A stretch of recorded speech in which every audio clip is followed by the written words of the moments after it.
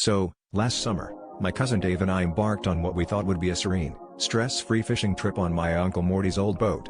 You know, the one with the reputation for being cursed.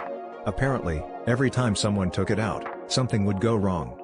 But we figured the only curse would be the boat's propensity to attract seagulls with a death wish.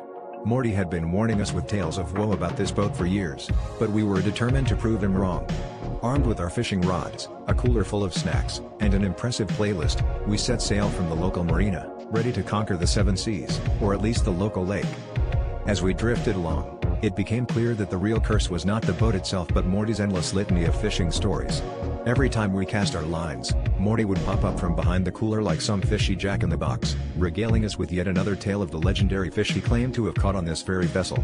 I swear, with each story, the fish grew larger and the feats more ridiculous. Once, the fish was so big it pulled the boat a mile offshore. He'd say, eyes wide with the excitement of his own yarn. Meanwhile, Dave and I exchanged skeptical glances, doing our best not to roll our eyes too overtly. By the third story, we realized that Morty's tales were having a peculiar effect. The more he spoke, the worse our luck seemed to get.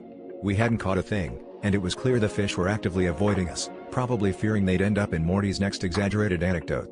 Frustration turned to hilarity as a particularly rambunctious seagull decided to dive bomb our boat, snatching a sandwich right out of Dave's hand.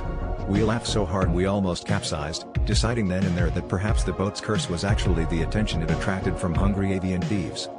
As the day wore on, and Morty ran out of stories, or maybe just breath, we finally felt the gentle tug of a fish on the line. Excitedly, we reeled it in, only to find the tiniest fish imaginable wriggling at the end.